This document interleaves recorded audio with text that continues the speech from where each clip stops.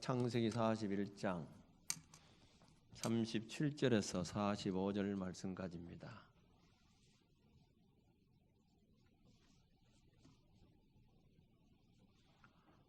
찾으신 줄 알고 봉독하겠습니다. 바로와 그의 모든 신하가 이 일을 좋게 여긴지라.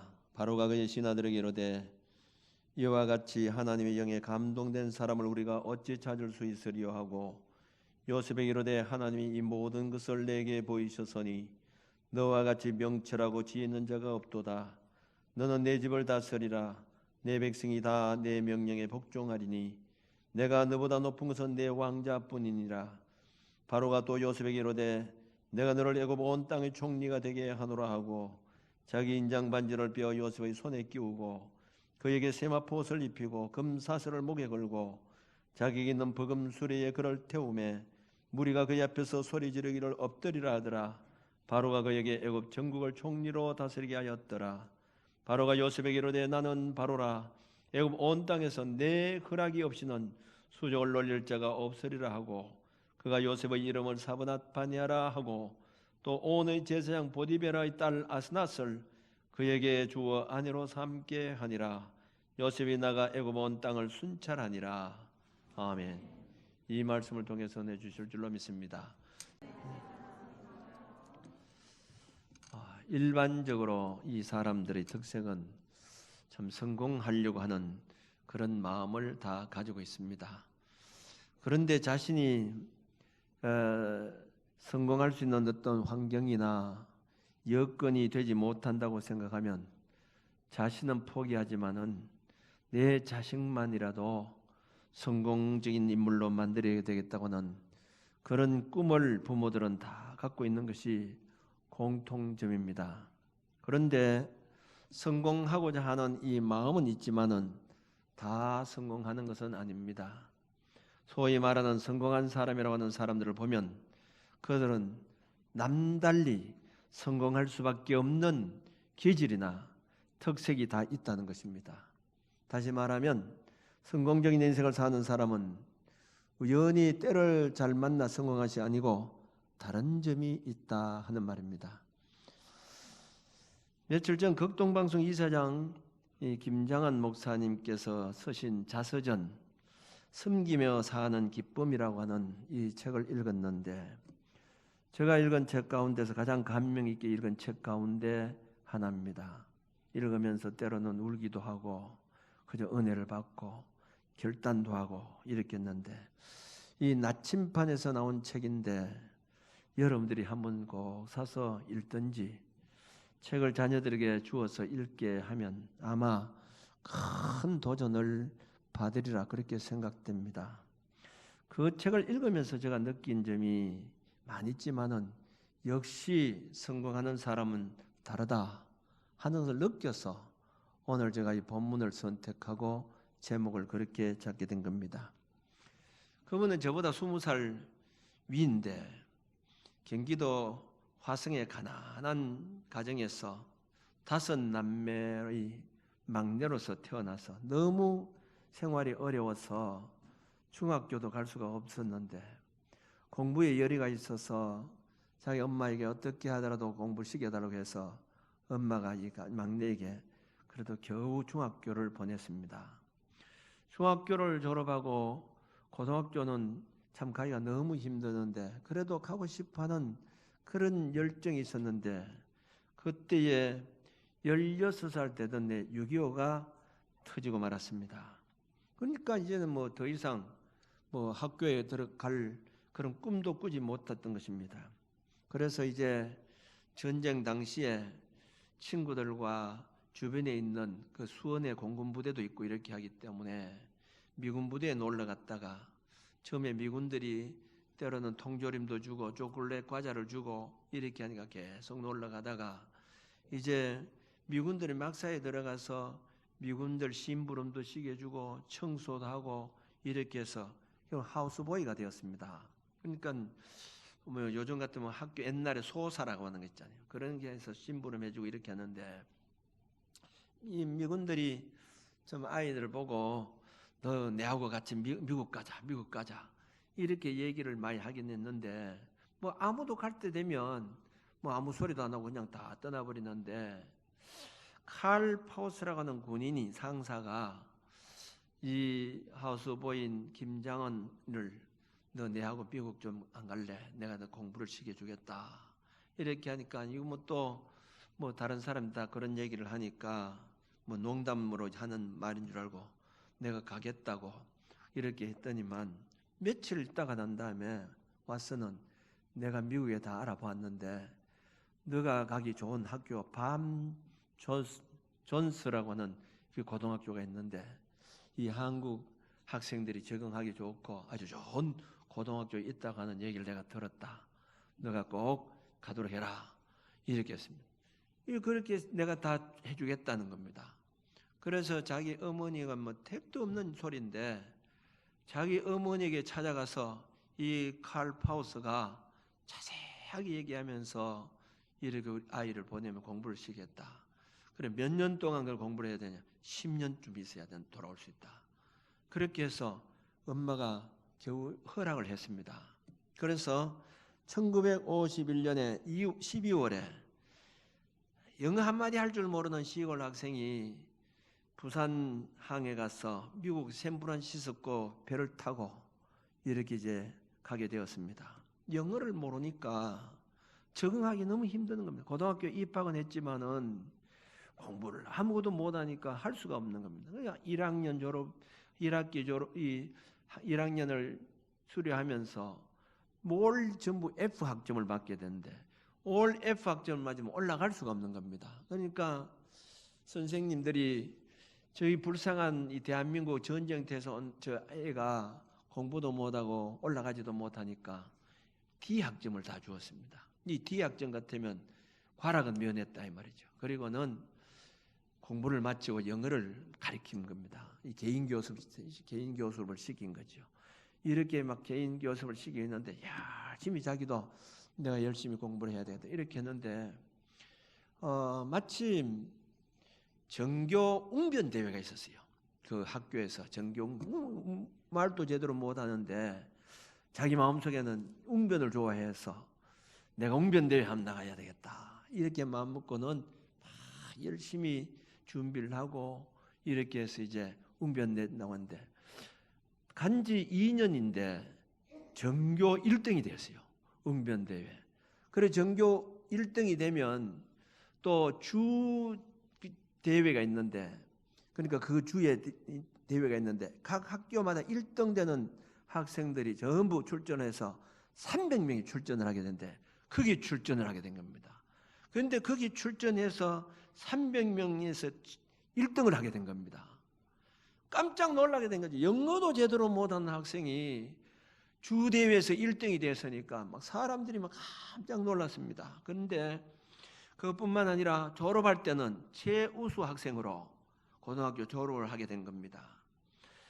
그는 그렇게 해서 이제 앞으로 내가 열심히 공부를 해서 나는 한국에 돌아가서 내 농민들을 위해서 농림부 장관이 되어서 내가 일해야 되겠다.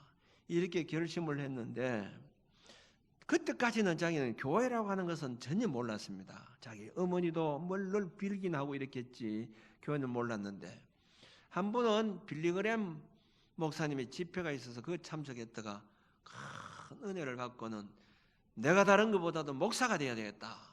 이렇게 마음을 먹고는 밥 존서 신학대학교에 들어가서 목사가 되었습니다.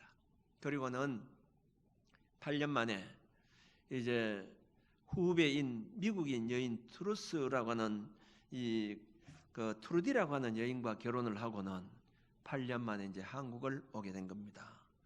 그래서 수원중앙교회 침례교회 담임 목사가 되고 극동방송국 이사장이 되고 특별히 73년도에 여의도에서 열린 세계 그 부흥사 그러니까 빌리그램 부흥 집회가 있었죠. 그때 한 110만 명 사상 최대로 모이는 그런 집회였는데 그 집회에서 김장한 목사님에게 통역을 부탁을 하게 된 겁니다.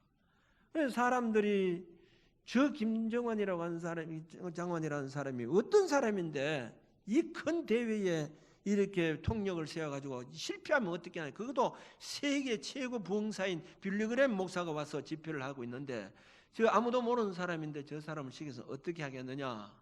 이렇게 의심 가지고 통력을 시켰는데 이 집회를 하는데 뭐 빌리그램 목사보다 더 잘하는 거예요. 막. 그래서 그때에 막 세계가 깜짝 놀라게 된 겁니다. 그리고는 이 김장환이라는 이름이 한국뿐만 아니라 세계가 전부 그 사람을 주시하게 된 겁니다. 영어를 잘하니까 그때마다 6, 70년대는 이 한국에 유학 간 사람이 별로 없었습니다. 그래서 이 정치인들이 외국을 가려고 대통령이 외국을 가려고 해도 이 영어를 잘 모르니까 이 김장환 목사님을 대동해서 통역관으로 이렇게 데리고 가기도 이렇게 했는데 전두환 대통령 당시에 84년도에는 이종찬 그 원내 총무가 와서 수원 지역에 국회의원으로 출마를 했으면 좋겠다. 뭐 그때 민정당인지 모르는데 거기에 출마를 하면 100% 국회의원이 당선이 되는 겁니다.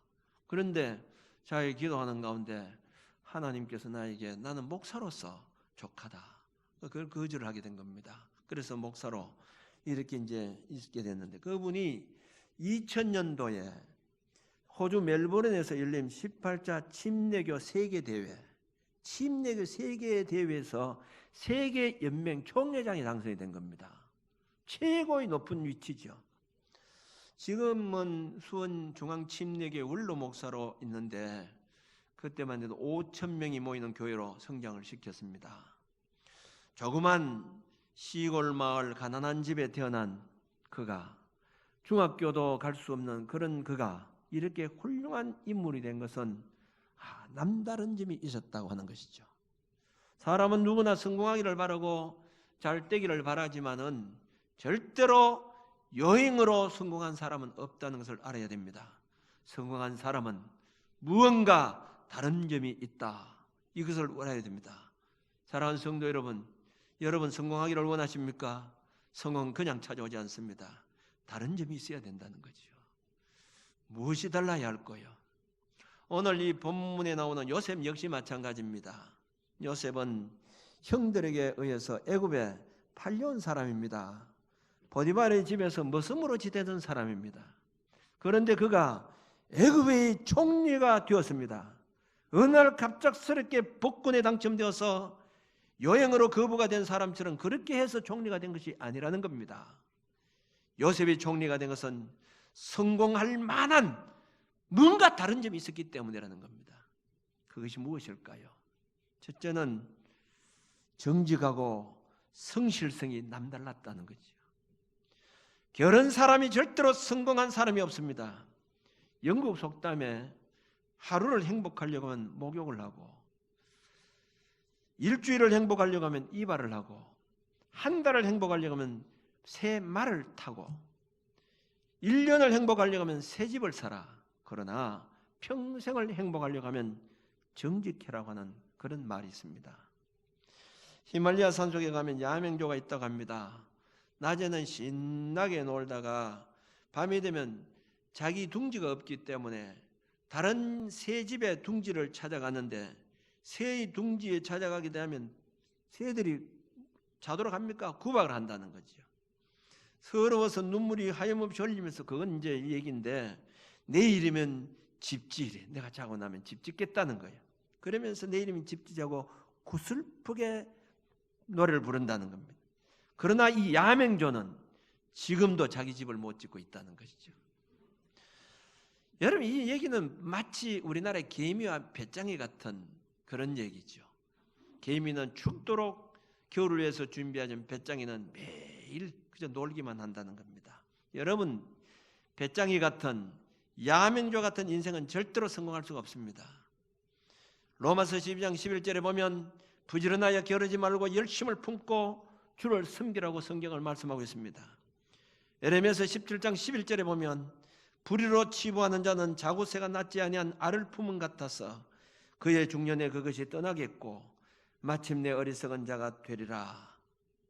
여러분 돈을 벌 때 땀 흘려 열심히 벌기를 바랍니다. 하늘은 스스로 돕는 자를 돕는다는 말이 있습니다.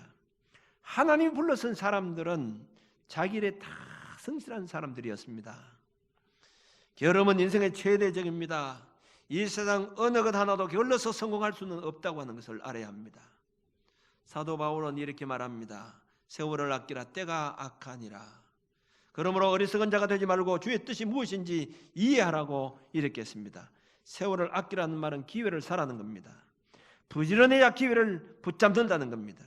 시편 90편 9절에서 12절에 보면 우리 연수가 70이요 강건하면 80이라도 그 연수의 자랑은 수고와 슬픔뿐이요 신속기간이 날아가느이다. 우리에게 우리날 계수함을 가르치사 지혜의 마음을 얻게 하소서라고 이렇게 했습니다. 지혜로운 사람은 인생의 짧음을 알고 남은 시간을 선용하면서 살아간다는 겁니다. 사랑하는 성도 여러분, 여러분의 날들을 뜻없이 보내지 마시길 바랍니다. 달란트 비유에서 한 달란트 받은 자가 주인에게 책망받은 이유가 무엇 때문입니까? 한 달란트 그대로 가져왔다고 하는 것이 아니고 악하고 게으른 종이라 그렇게 했습니다. 게을렀다는 겁니다. 그러면 5달란트 받은 자나 2달란트 받은 자는 그만큼 부지런했다는 것이죠. 게으른 자는 절대로 성공할 수가 없습니다. 신앙생활도 게으른 사람이 신앙생활을 잘할 수가 없습니다. 여러분이 신앙생활 새벽기도 하는 사람들, 게으른 사람 새벽기도 뭐 합니다? 전도, 게으른 사람 전도할 수가 없어요. 저녁기도 그 하루 종일 피곤한데 어떻게 저녁기도 할 수 있습니까? 우리 1:1 제자 훈련도 마찬가지입니다. 이 게으른 사람 못합니다. 이 부지런해야 됩니다. 그저 일어나면 큐티하고 성경 보고 설교 적고 지금도 설교를 기록하고 있잖아요. 교회 봉사하는 거 여러분 게으른 사람 못합니다. 신앙생활도 게으른 사람은 할 수가 없다 이 말입니다. 어떤 권위 있는 통계 자료에 의하면 성공을 하는 사람들은 보통 사람보다 3시간 일찍 일어난다 그렇게 말을 하고 있습니다. 여러분 일어나는 시간이 몇 시에 일어나고 있습니까? 이렇게 보면 잠잘 것 다 자고는 놀 것 다 놀면서 성공을 기대하지 않는 것이 차라리 양심적이라고 할 수가 있습니다. 게으름 피울 것 다 피우고도 무엇을 이루었다고 하면 그건 어딘가 잘못된 겁니다. 공부하는 학생들에게 하고 싶은 말이 있습니다. 여러분 성적이 잘못된 것이 나쁜 것이 아닙니다. 문제는 게을러서 공부 못하는 것 때문에 잘못이라는 거죠. 그것이 중요한 것입니다.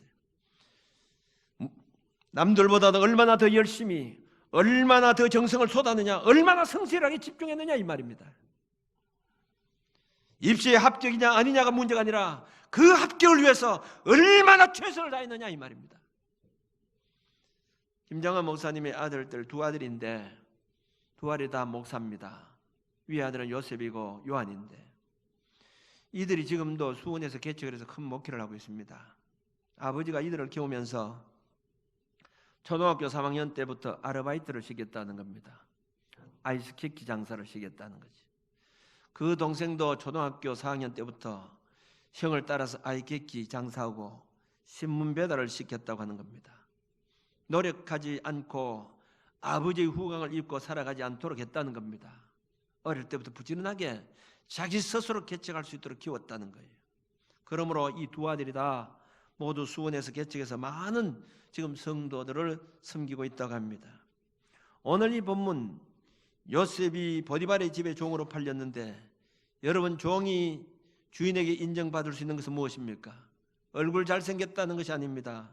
말 잘했다는 것이 아닙니다. 힘이 샌다는 것 때문에 인정받는 것이 아닙니다. 성실하고 진실했기 때문에 정직했기 때문에 인정을 받게 된 것입니다. 보디발의 아내가 유혹했지만 그 유혹에 넘어가지 않는 이유도 정직하고 성실했기 때문이라는 겁니다. 성공한 사람은 다른 데가 있습니다. 성실해야 된다는 거죠. 정직해야 된다는 겁니다.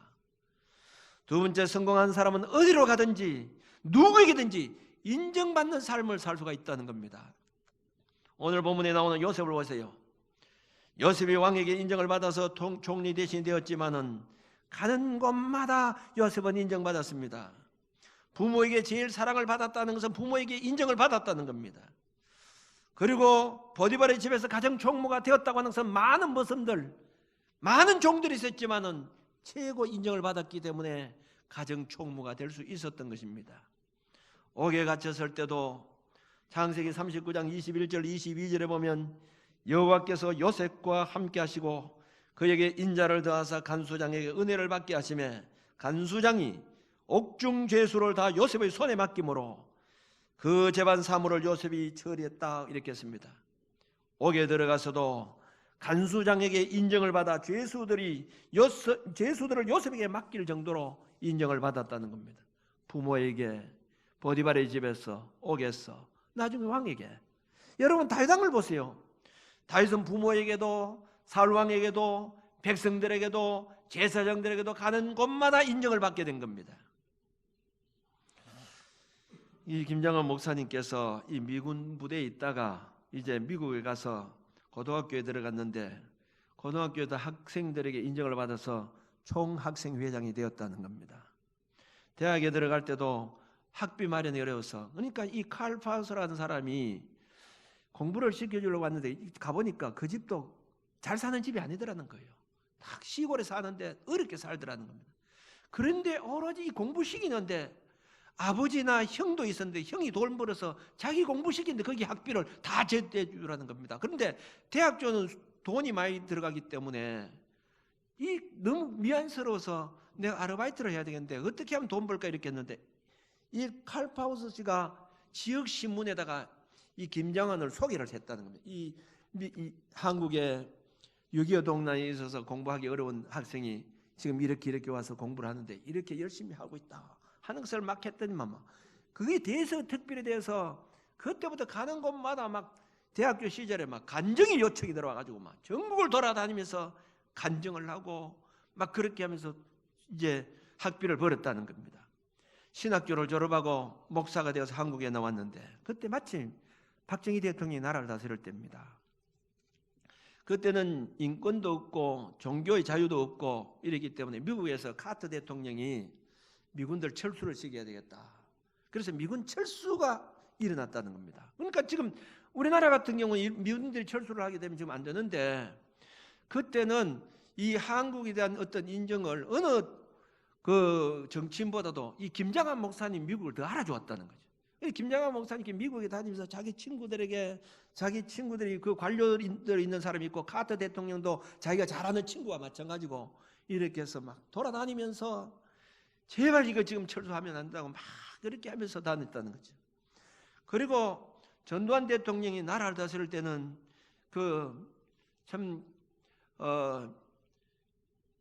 인정을 받아서 국회의원으로 출마해서 권유를 받았고, 그리고 전두환 대통령의 아들이 이 김장한 목사님에게 세례를 받았다는 겁니다. 지금은 그분이 목사가 됐습니다. 전두환 대통령 그 아들이 목사가 됐는데 전두환 대통령도 계속 이 전도를 많이 했다는 겁니다. 그래서 백담사로 갔는데 제일 먼저 찾아간 분이 이 김장한 목사님이 찾아간 겁니다. 그리고 수십 번을 찾아가게 된 겁니다. 그리고 노태우 대통령 때도, 노무현 대통령 때도, 김대중 대통령 시절에도, 김영삼 대통령 시절에도 인정을 받아서 우리 국가 발전에 기여한 사람에게 국가에서는 큰 상을 줍니다. 5개 상을 주는데 제일로 큰일을 한 사람 무궁화장, 그다음 모란장, 동백장, 그다음 몽룡장, 승류장을 주는데 무궁화장, 동백장을 수상받았다는 거지. 우리나라뿐만이 아니라 캄보디아 훈센 대통령이 인정을 받아서 캄보디아 외교관계 최고 훈장을 받았다는 겁니다. 이렇게 성공한 자는 어디 가도 인정을 받는다는 것이죠. 가정에 가면 가정에 자녀로서 부모에게 인정을 받고, 부모는 자녀들에게 인정받고, 부부간에는 아내로서 인정받고, 남편으로 인정받고, 교회 와서 성도들에게 인정받고, 목회자에게도 인정받고, 하나님께도 인정받는다는 겁니다. 성공한 사람들은 어느 한 사람, 어느 단체만이 아니라 어디를 가든지 누구든지 인정을 받는 그런 사람이라는 것을 알아야 됩니다. 세 번째, 성공하는 사람은 사심이 없다는 겁니다. 사사로운 감정, 사사로운 이익권에 치우치지 않는다는 겁니다.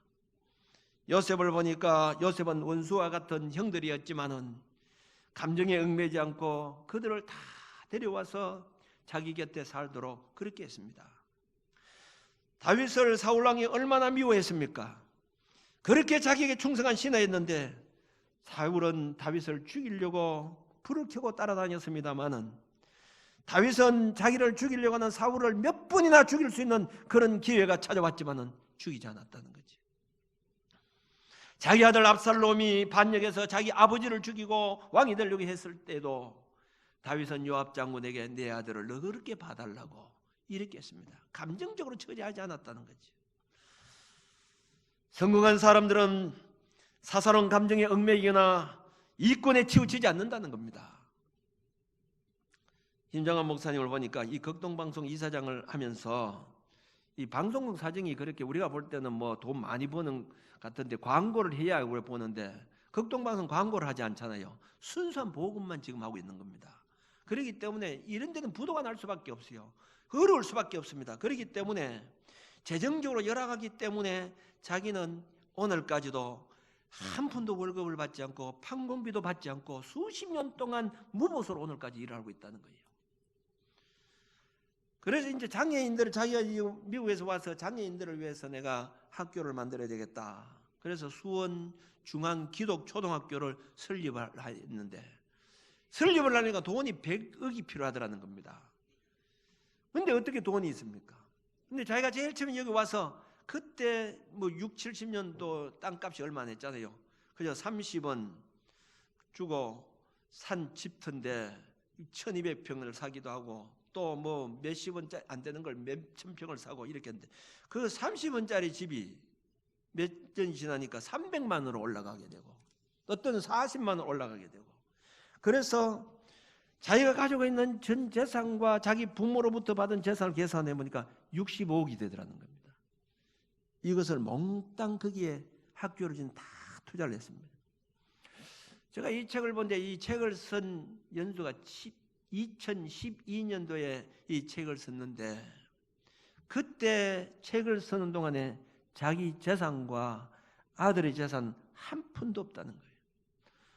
그래서 목회를 하는 이 아들은 유치원 교사들이 살던 원룸 둘을 터서 살고 자기는 10평 안 되는 기독교 회관 관리 집사가 살던 그 집에 이사가서 살고 있다는 겁니다.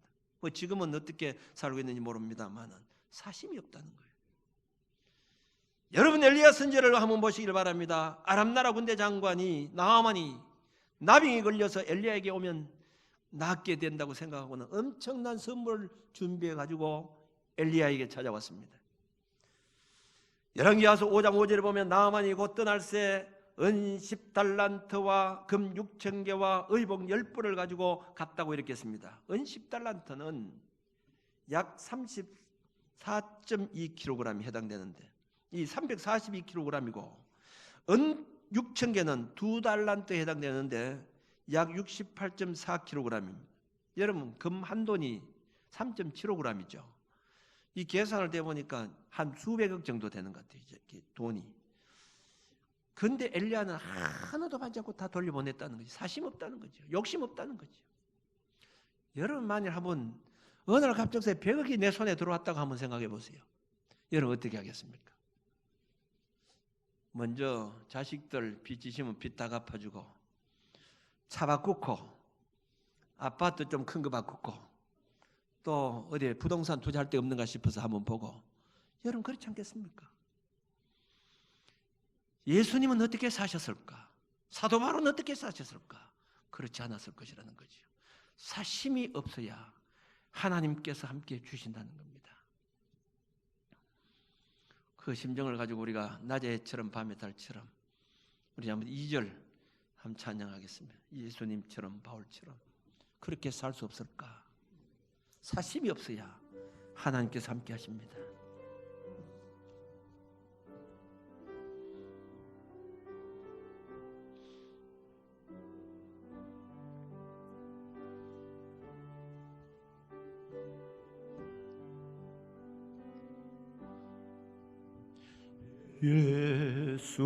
예수님처럼 바울처럼 그렇게 살 순 없을까? 남을 위하여 당신들의 온몸을 온전히 버리셨던 것처럼 주의 사랑은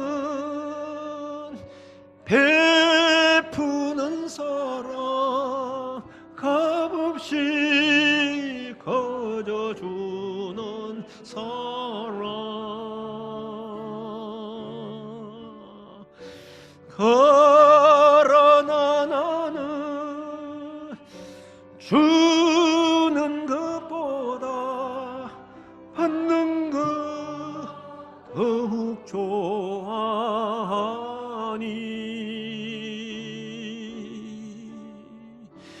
나의 입술은 주님 닮은 듯하나 내 마음은 아직도 주하여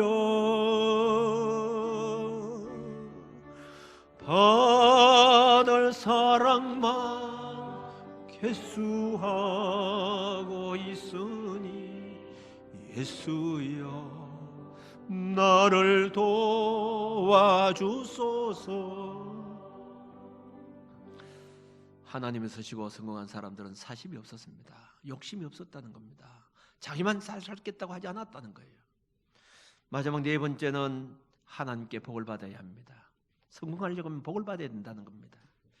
우리는 성공을 위해서 노력도 하고 수고도 합니다.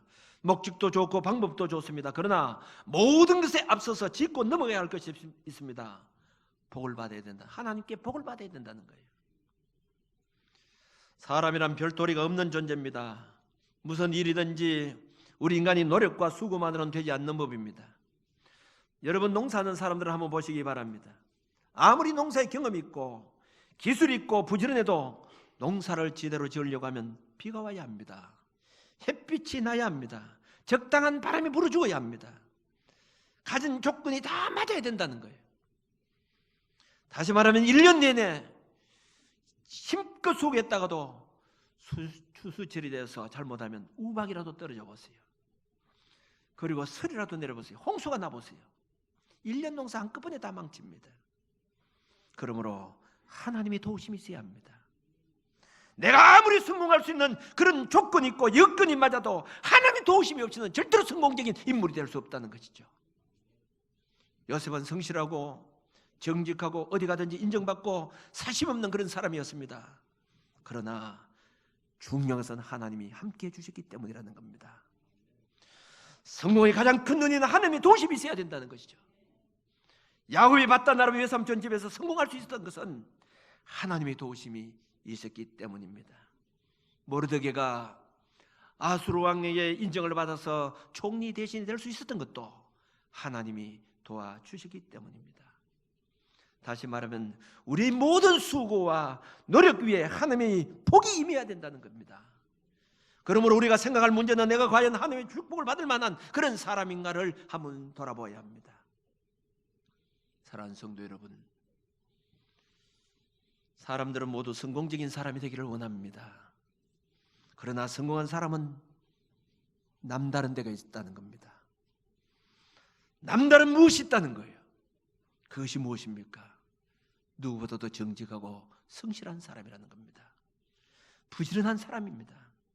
어디 가든 무엇을 하든지 누구에게든지 인정받는 사람이라는 겁니다.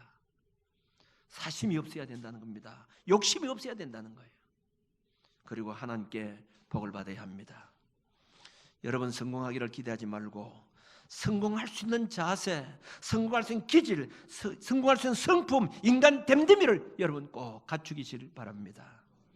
요셉과 같은 자가 되어서 성공적인 인생을 살아갈 수 있는 저와 여러분들이 되어주시길 바랍니다. 기도드리겠습니다.